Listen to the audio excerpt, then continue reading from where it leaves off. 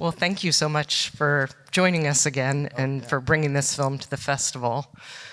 I would like to start pre-film just to ask you if you remember what your first experience with Nebraska was. Yeah, I certainly do. I dedicated this film to my father, who instilled in me a love of classical music and opera and classical country music, which my first film, Crazy Heart, was based on, bluegrass, and then he introduced me to Nebraska. And the day before I started shooting the film, my father passed away. So his spirit carried me through the making of the film. So it holds a particularly special resonance in my life. Oh, and me, yeah.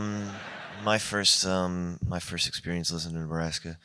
I remember I had some friends who were musicians. You know, I was always familiar with Bruce. I don't remember a time I didn't know Bruce Springsteen's name, or a time in which I didn't know the sort of radio songs. But I found Nebraska in my early 20s. It was recommended to me by some friends who were musicians, and it was recommended because of how it was made, or that's how it was explained to me. I think now it's fairly common for musicians to make music in their hotel rooms, bedrooms, kitchens, powder rooms, whatever. But at the time, it was pretty far out to make a record that way. And so I listened to it to hear that intimacy, and then I got to get the gift of the lyrics as well. So the film itself is based on a book, which in turn was inspired by Born to Run, the book, in a way. I'm wondering sort of where in the process of encountering those you had the idea that you would want to adapt, particularly Deliver Me From Nowhere, to the screen. Yeah, this book was written by Warren Zanes, who's a wonderful writer. Yes. And if you haven't read this, I recommend that. I also recommend his biography on Tom Petty, which is wonderful. And of course, I was well aware of Born to Run, Bruce's memoir, of course. And Warren said that he wrote the book because in Bruce's memoir, most chapters were quite lengthy, but the chapter on Nebraska was very short.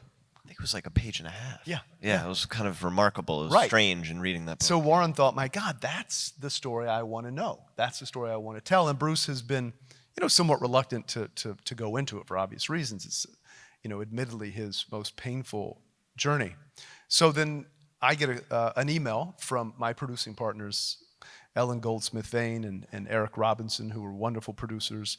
And I think the heading was Nebraska, and it simply said, "Are you a fan of Bruce Springsteen's Nebraska?" And I knew them a little bit socially, and I wrote back, "Who isn't?" And that started a discussion. I met with Warren, and we both knew, of course, that Bruce was reluctant. I think since 1986, he might say otherwise, but I think it's the truth. He's always said no to any type of film about his life that isn't a documentary. And Warren and I met. I flew to New Jersey. I sat down with Bruce and John Landau and Warren at Bruce's house, which is, as you might expect, quite intimidating. But literally 2 or 3 minutes into the conversation, so often you're told, don't meet your heroes because they will never live up to those expectations. Well, Bruce Springsteen far exceeded my expectations in every regard. He's a man of grace and humility and incredibly supportive, and he's a real cinephile. He'd seen all of my films. He asked why I was interested in this particular chapter in his life. I told him that I didn't particularly see the merits of a traditional biopic for Bruce, a cradle to present day. I felt that we'd seen that genre I think, done many times quite well, but wasn't something that interested me. I mean, I had been interested in, I was asked at one point to make a movie on Elvis, but I thought, well, if I could make a movie on the last day in Elvis's life, that would interest me. I don't think anybody would want to see that, but it's certainly something that would interest me. So I said, Bruce, I feel like there's a real story here that's about, psychological drama, about the art of creation. And I think it can really give voice to particularly men who often don't give voice to their pain, don't know how to get the help they need, don't understand what it is that they're suffering through. And of course, I never wanted this in any way to be a message movie, but I thought it was important that people who were just casual fans of Bruce understand exactly what he was going through, which gave us, one of the best records in the last 50 years. And that's really how it started. And it just kind of took off from there. And here we are at Alice Tully Hall.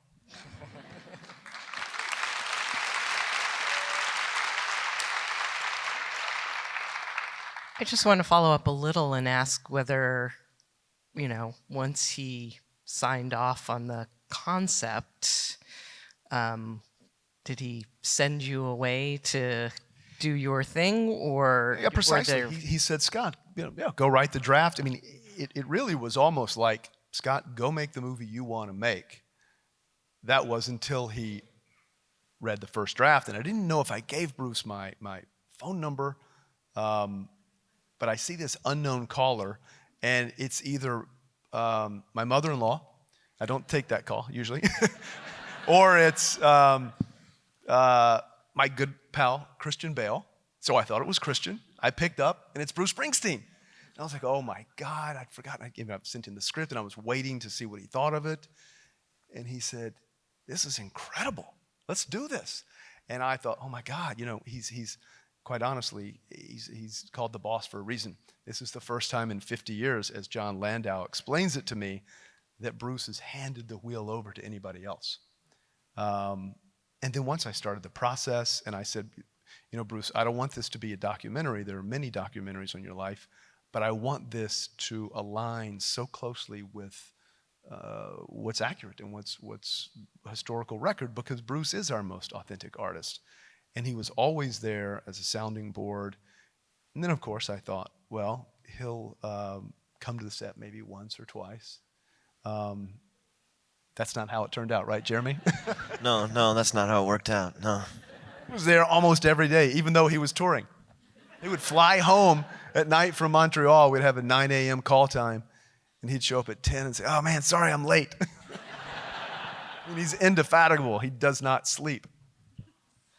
Well, that brings me to a question for you, because I was going to ask, how do you approach playing not just a real person, but a person who is so well known and so well loved, but also keep the performance authentic to you as a performer? Yeah, it was difficult. I'd met with Scott prior to reading the script, or really know anything about the project. But Scott and I got to meet. I've always been a big fan of Scott's, and so I was just excited. But it seemed very general to me. I said, if something comes around, give me a call.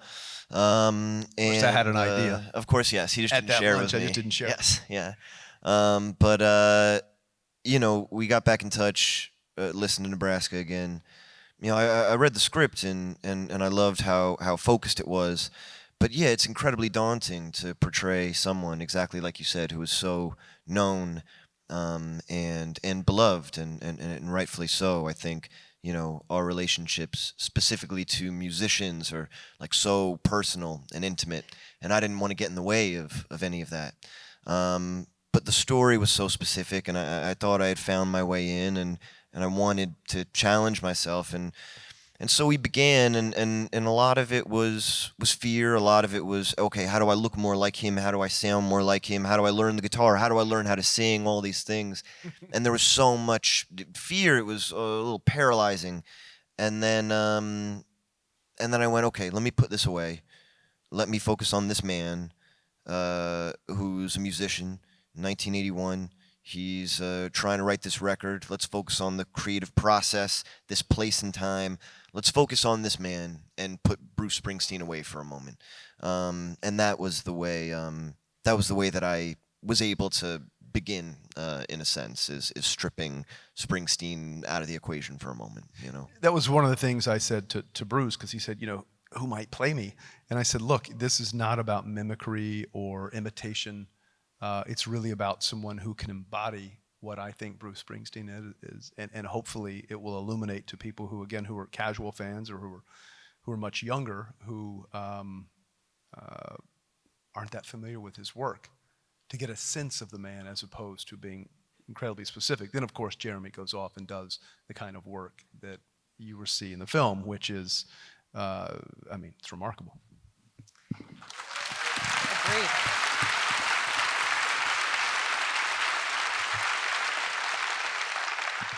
Did you always know and plan that you would use Jeremy's voice when he appears on screen, or how you would mix the two How together? the hell do we get there? know. It's interesting because if you look at a couple of ways you can do this. Bohemian Rhapsody. I think it's very public that Rami Malek, I think probably he lip synced quite a bit of that. I think Joaquin sang as Johnny Cash. Of course, Jeff Bridges in my film Crazy Heart is playing an amalgamation of Chris Christopherson and Waylon Jennings. So I had a lot of room to use Jeff's voice. Jeff was also a musician. But for me, at first I thought, well, then maybe we'll just do that. We'll just use Bruce's voice. But then Jeremy started working with his vocal coach, his guitar coach, his harmonica coach, a movement coach, and it became readily apparent to me that Jeremy was going to be able to sing this incredibly beautifully. And there were moments, and I thought, the movie is about hauntings. Bruce Springsteen is haunted by his childhood. He's haunted by unresolved trauma. And it's a movie about memory and myth and regret. And I wanted to, throughout, which you see at the very end of the film, this particular live recording of Bruce Springsteen at Madison Square Garden singing Atlantic City. That's Bruce. Of course, everything else is Jeremy. And there's a moment in the film where they're outside the power station, which is a few blocks south of here. And Bruce says to John, listen to what they're doing to Atlantic City. We're never going to get that, right? Well, they got it because it ends the movie with the E Street Band, which is beautiful. But it came very apparent to me very quickly in Nashville that Jeremy was going to be able to vocalize just like Bruce. At times, Bruce didn't know the difference between him or Jeremy. Yeah, I think in Nashville, that was a breakthrough moment where not even just in the sound of the music, but for me was kind of the closest I had felt to Bruce thus far, being at RCA in Nashville, singing his words over and over again. But I think, Scott had always explained to me in the preparation for the music, we've got a safety net, we can figure something else out. So why don't you just go ahead and give it everything you got and try to get it.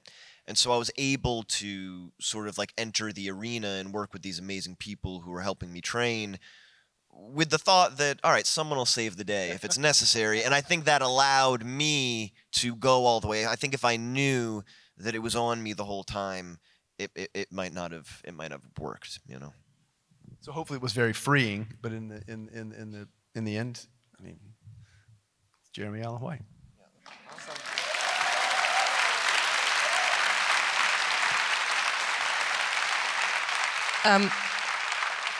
It still kind of blows my mind to hear that Bruce Springsteen was just coming to report to the set every day. And I'm just wondering if there were any unexpected advantages or disadvantages to having him so accessible. Well, I think we'll probably answer that question differently. Of course, I loved having John and Bruce on set because anytime I had a question about tone or is this exactly how the E Street Band would be in the power station the first time you recorded Born in the USA, which is exactly what you see in the film.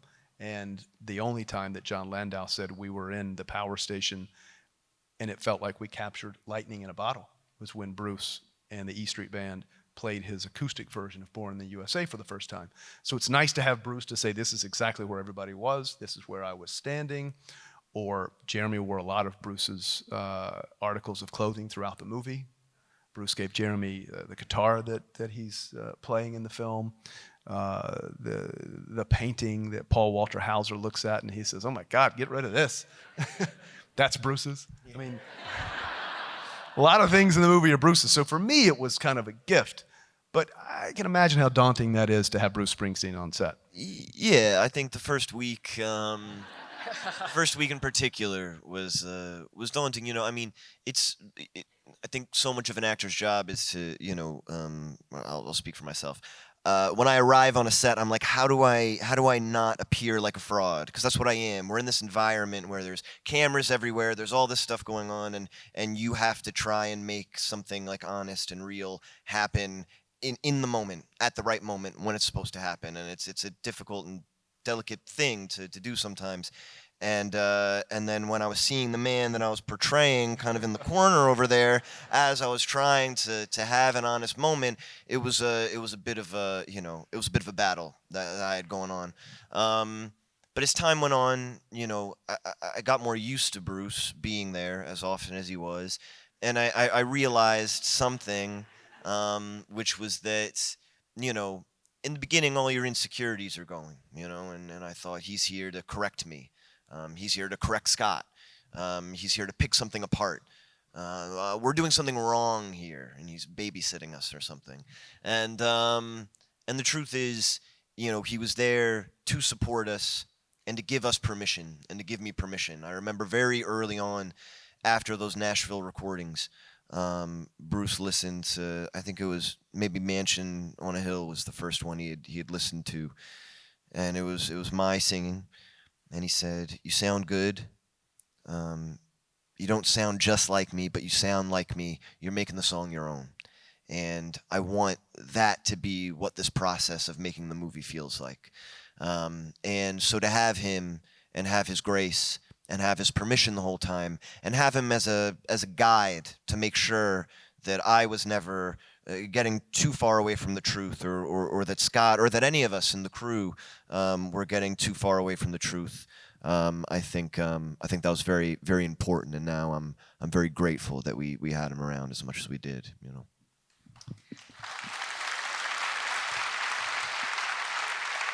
Well, we're very grateful for both of your work, and so thankful that you brought it here to the New York Film Festival. Thank you much Means the world to be here. being Thank here. you. Thanks for having us. Thank you, guys.